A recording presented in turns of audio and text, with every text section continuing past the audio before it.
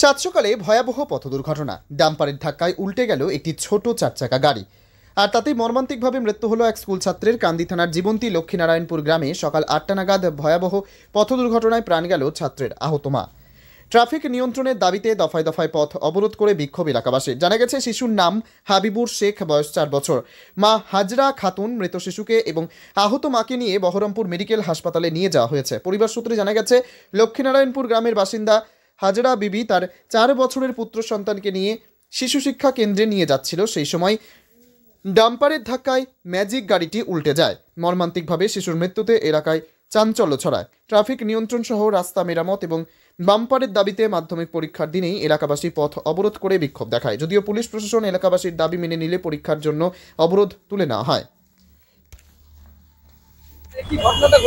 ঘটনাটা বলতে গেলে এই যে রাস্তাঘাট দিয়ে বাচ্চারা মাইলো টাইলো আনতে যাচ্ছে, যাওয়ার সঙ্গে কোনো বাসে লরির নিরাপত্তা নাই।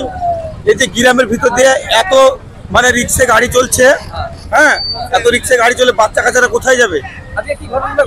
ঘটনাটা যে বাচ্চা ছেলে মাইলো নিয়ে যাচ্ছিল, ছেলের মা দাদি এমনি করে যাচ্ছিল, যাওয়ার পথে একটা ডাম্পার আসে, একটু দাবে একটা গাড়িকে, সেই গাড়িটা নিচে নামে দেওয়ার পরে গাড়ির তলে ঢাকা পড়ে যায়।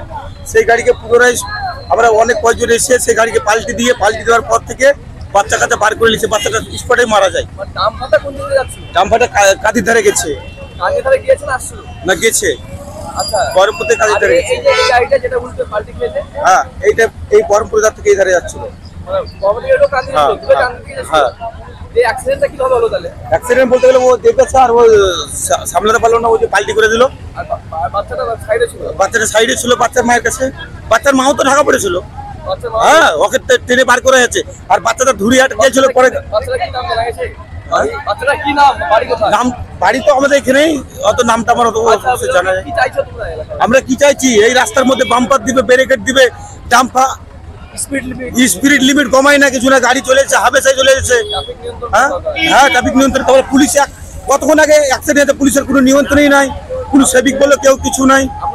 আমার নাম জাকির শেখ।